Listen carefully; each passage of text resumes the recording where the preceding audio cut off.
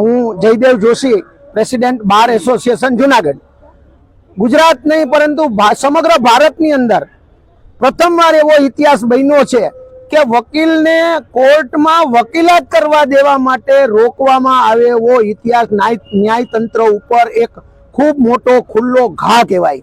અને લોકો વકીલો પાસેથી અપેક્ષા રાખે છે, વકીલો સેવા કરવા માટે કોર્ટમાં આવે છે અને એના માટેની સનદ બાર કાઉન્સિલ દ્વારા આપવામાં આવેલી છે. અને બાર કાઉન્સિલ આપવામાં સનદ જે આપવામાં આવે છે એમાં સમગ્ર ગુજરાતની અંદર કોઈ પણ કોર્ટની અંદર પ્રેક્ટિસ કરી શકે છે.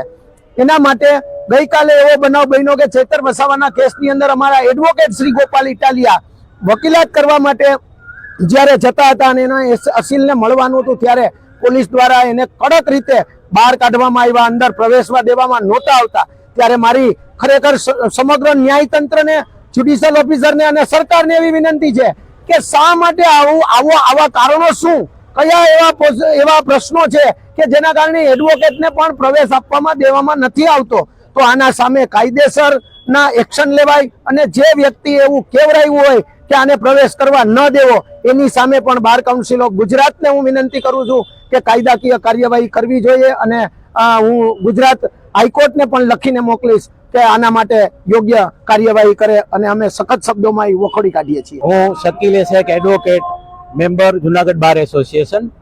તાજેતરમાં જે એક એડવોકેટને રાજપીપળાની કોર્ટમાં તેના ક્લાયન્ટને મળવા માટે જવા માટે એને રોકવામાં આવ્યા. ખરેખર વકીલ છે A officer of the court છે, એને મળવા જવું હોય કે એવું કંઈ કહેવાનું નહીં, એ ગમે ત્યારે કોર્ટમાં જઈ શકે છે, પબ્લિક પ્રિમાઇસીસ છે. એટલે વકીલને વકીલાત કરતા કોઈ રોકી ન શકે. તાજેતરમાં ઈડીએ જે વકીલોને પોલીસે સમન્સ કરેલા હતા એની માટે કરીને સુપ્રીમ કોર્ટમાં વકીલો ગયેલા હતા. એટલે સુપ્રીમ કોર્ટે કહી દીધું કે ભાઈ ક્લાયન્ટ પાસેથી માહિતી મેળવેલી હોય એ જાણવા માટે પોલીસ વકીલને સમન્સ કરી ન શકે. એટલે વકીલ પોતાની ખાનગી બાબત, ખાનગી માહિતી મેળવવા માટે ગમે ત્યારે વકીલ પાસે જઈ શકે છે. અત્યારે તાજેતરમાં જે BNSS જે કાયદો નવો આવ્યો એમાં પણ ક્લિયર લખેલું છે કે વકીલને મળવા દેવો જ, જ્યારે એરેસ્ટ કરે તો બી પોલીસ સ્ટેશનમાં કે કોર્ટમાં કે ગમે ત્યારે મળવું હોય મળી શકે છે.